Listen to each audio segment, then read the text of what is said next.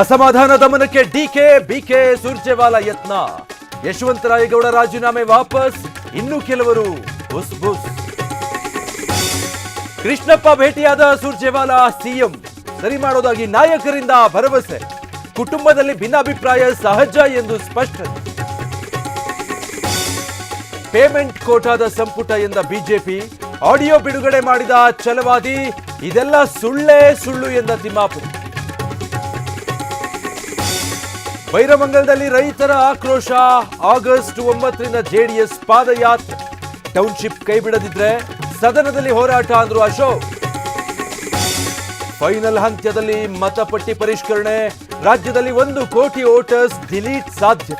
ಸ್ಫೋಟಕ ಮಾಹಿತಿ ಬಿಚ್ಚಿಟ್ಟ ಆಯೋಗ.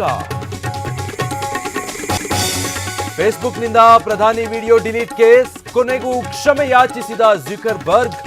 ಮಕ್ಕಳ ದೌರ್ಜನ್ಯ ದೃಶ್ಯಗಳಿಗೂ ವಿಷಾದ.